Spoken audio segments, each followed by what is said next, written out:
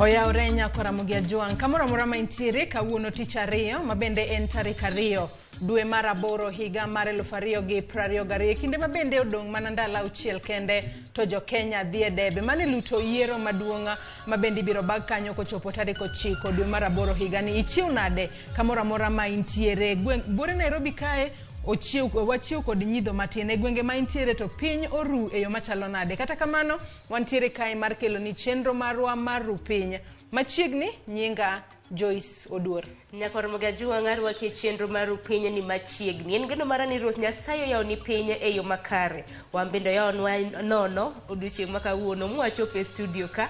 Koka manarwa ke chenro makama bed kodo nyaka giko mare kono romo saa 6 mar odiochieng'. Nyinga Sharon Ongao. Nyako Ramogi Ajuang ka intiere kaunti ma Bay odiochieng' makona mosi ne oyawre.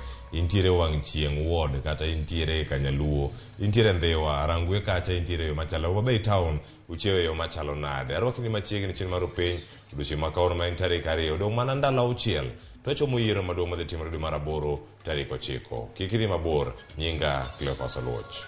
Cleophas Oluoch itoni iparo jo county na jo wang' chieng' kauna jo county ma Homa Bay achiwo ka une chunya nindo ka paro wapa.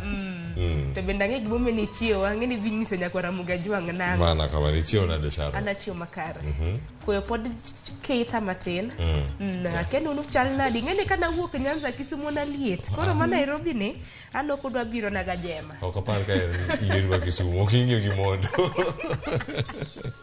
Ano kawacho mano. Joyce. Ana chiw maber. Kata obedo ni koyo ng'ich. Iwuok oko kata tipenjori ni kara koth onyidho sadi. Kata kamano ichukri chopo tich. Kaluwore ni joneno magwa ritowa mar mondo mi wakel nigi chenro mar ru piny. Wang'isgi gigo matimore matuch koni kod kocha. Mane gimomiyo wantiere kae. Wasesingo mar bedo wang'gi kaachiel kod itgi e kor gwenge duto ma pacho ka. Iti chiwo nade Cleophas? Ana chiwo maber. Achiwo gi ote mathoth jogo mawuok kaunti ma Homa Bay.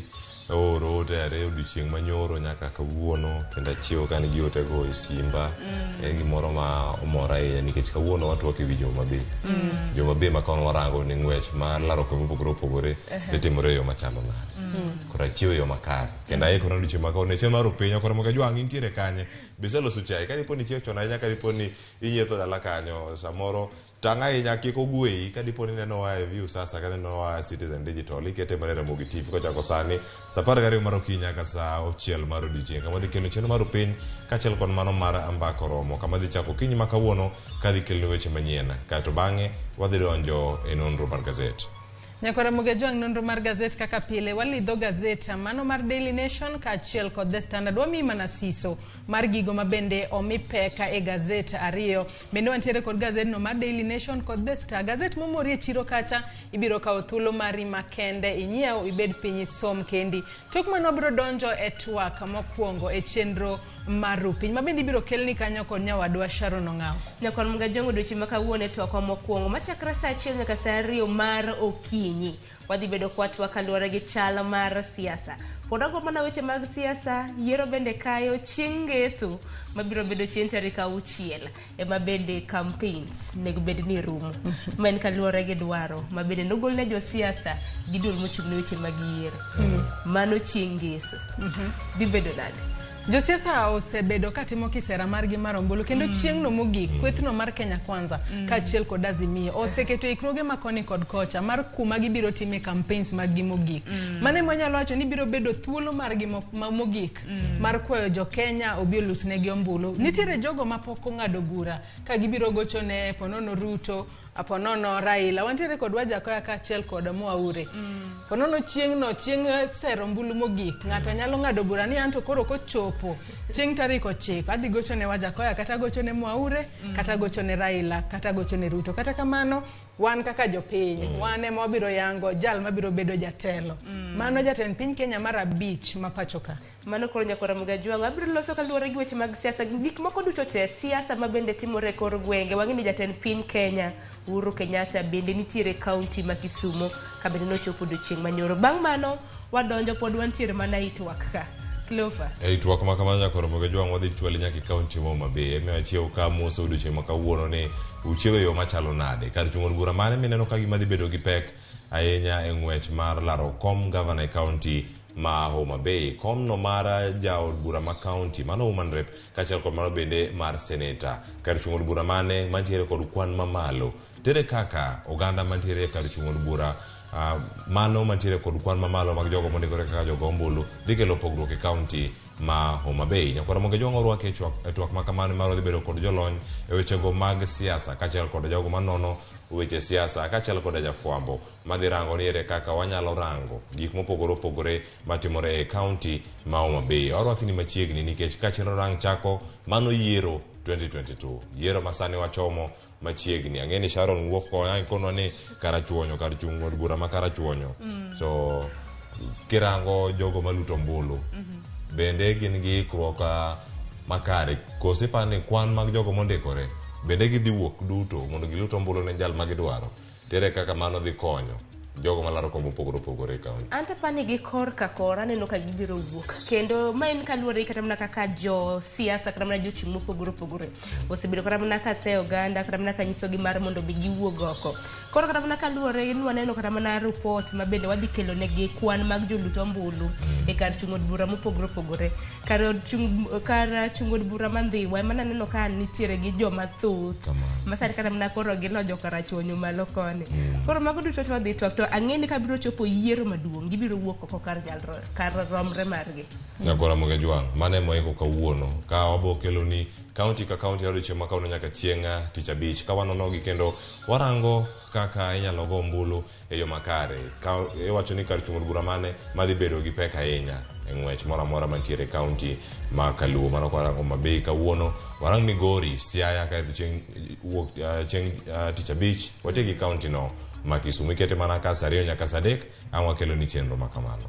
Nyakora Moge Jwang kango chopo kanyo saa 3 mano mar okinyi wadwa temo mar nono moko kuoma dongruoge kata gigo mabende ibiro paro godo telo mar jatend piny Kenya mar 4 mano Uhuru Kenyatta. Dagom mar penjo Sharon kaachiel kod Cleophas ka ochako kod Cleophas ibiro paro jatend piny Kenya Uhuru Kenyatta kod ang'o e pacho kae e kinde mabende owuok e telo. Abiro pare gi kwe mobede piny Kenya. Kwe kendo kwe mobedo mano bang' mosruok kinde gi Raila Odinga.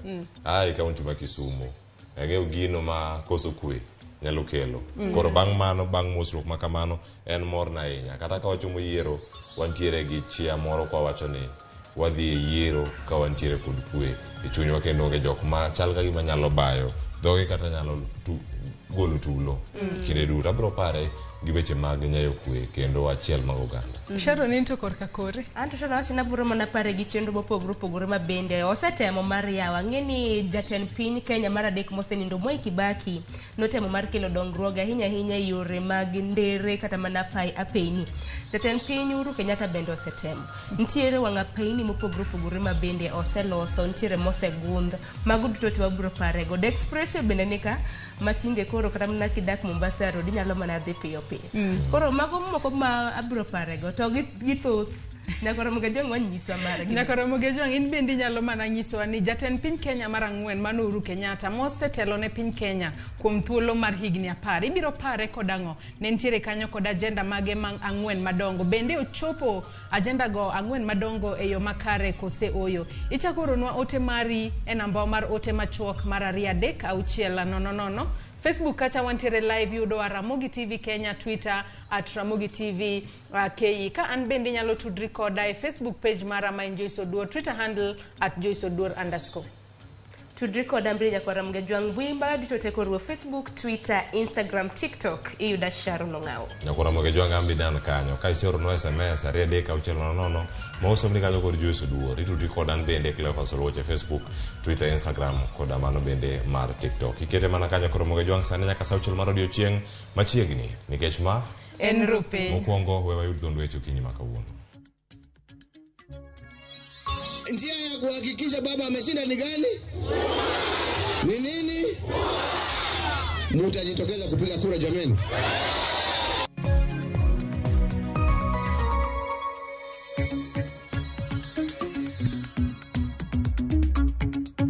Okawag surprise nikech oko timo nonro matut kaluwore kod families moko man gi nyithindo ma kuonde mabocho moko ok nyal.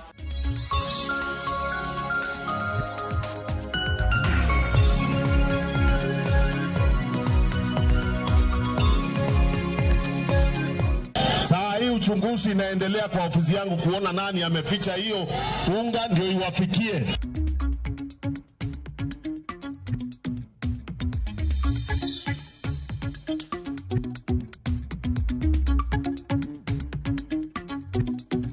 Yakora mwake juango ya ureki no machiegni chino marupinyo weche manyien okinyi makawuono kama koro wachako weche gi ayanga odiochieng' makawuono ma tarik 2 dwe mar aboro higani mar 2022 chino marupinyo okinyi makawuono nyinga Cleophas Oluoch wachako gi weche gomotenore ikruok ne yiero madhi timore higani dwe mar aboro manodong' mana ndalo 6 to chomo yiero maduong'. Jakom duol mar IEBC Wafula Chebukati oketo ayanga ni duoko mar jalar kom 10 Kenya mano e yiero maduong' mabiro ibiro landi odiochieng' ayanga ma ok yotieno. Chebukati ne loso kane oromo kod jofwambo ma wuok e pinje maoko ma bende osingonegi ni ikruok ni tiere okang' makare mar neno ni yiero ok obedo kod chochni. Walter Nyambaga nigi lerno.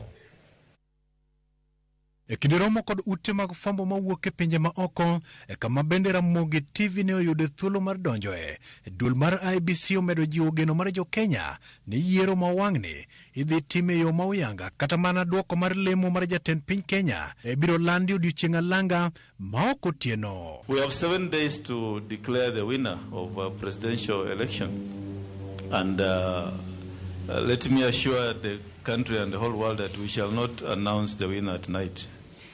It will be broad daylight. We shall inform Kenyans the time when we are declaring. As soon as we finish, we shall declare the winner, and it will be in broad daylight. Mabiro bang' yudo penjo ewi chal mar keto ayanga chenro mar duolno kama bende ne gilero ni onge gima ichan tim yor apanda. After checking and verifying that all the entries and the figures are correct, that is the only time he can announce that within this constituency, this candidate got that, this candidate got that. So, we have sealed the loopholes. There will be no text messages as it was done during the 2017. Kama tumeweka mikakati mizuri ya kuhakikisha kuwa safari kama mtu ataenda kotini hata kuwa na sababu yoyote, mahakama itakuwa na sababu yoyote ya kubatilisha hayo matokeo. The fact that this can actually be rigged through the use of digital technology. The identification that we are carrying out through the KIMS is offline. IEBC benene olwarie tago maliet lwet jofwambo mane othung'o Wafula Chebukati kod Juliana Cherera kod penjo maliw ewi ler mar jopinjo Venezuela manyocho donjo e pachoka yo makelo chich. Penjo maduong' ni en ni to jogi ni koma nade to gitimo ang'o. Tulikuwa na hiyo maneno na tuliongea na tukasuluhisha, na hiyo tu ndio nikipenda kusema. Investigation the arm of the investigating agency, not IEBC. So every agency does their work. Just like we are IEBC, we are independent, we do our work and they do their work.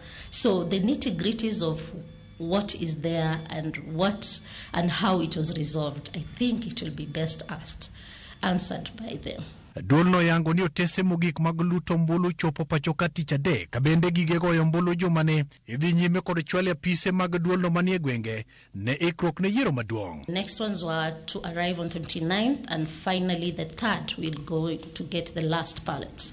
So the 3rd, it is the last bunch of the presidential ballots that are going to arrive in the country, and then we distribute them to the constituency and finally to the polling station. Mor mar duolno en okang' mar sirikal loro sikul kuom thuolo kaitimo ikruok ne yiero maduong'. We are happy